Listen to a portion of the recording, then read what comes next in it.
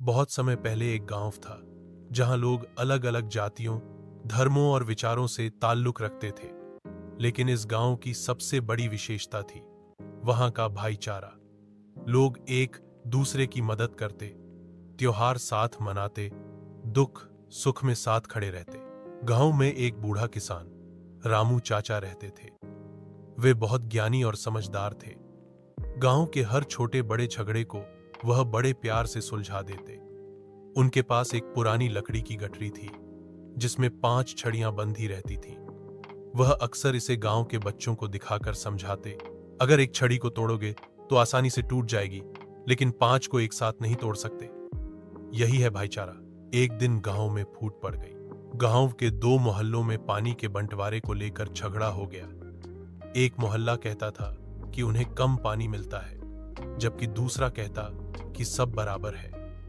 बात बात में झगड़ा इतना बढ़ गया कि लोग एक दूसरे से बात करना भी बंद कर दिए। फसल का समय आया, लेकिन झगड़े की वजह से लोगों ने न तो नहर की सफाई की, न खेतों के लिए मिलकर व्यवस्था बनाई। धीरे धीरे फसल सूखने लगी और गांव में अकाल जैसी स्थिति बन गई। रामू चाचा ने यह सब देखा तो उन्होंने गांव वालों को बुलाकर सभा बुलाई।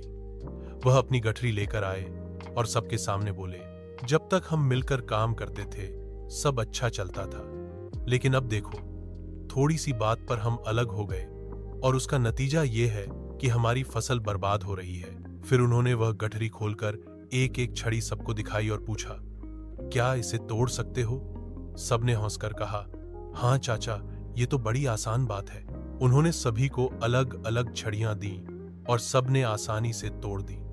अब रामू चाचा ने 5 छड़ियों को एक साथ कसकर बांधा और बोला, अब इसे कोई तोड़कर दिखाओ। सबने कोशिश की, लेकिन कोई नहीं तोड़ पाया। चाचा बोले, बस यही फर्क है एकता और झगड़े में। जब हम मिलकर रहते हैं तो कोई हमें हरा नहीं सकता, लेकिन अगर हम आपस में ही लड़ते रहेंगे तो हम खुद ही बर्बाद हो जाएंगे।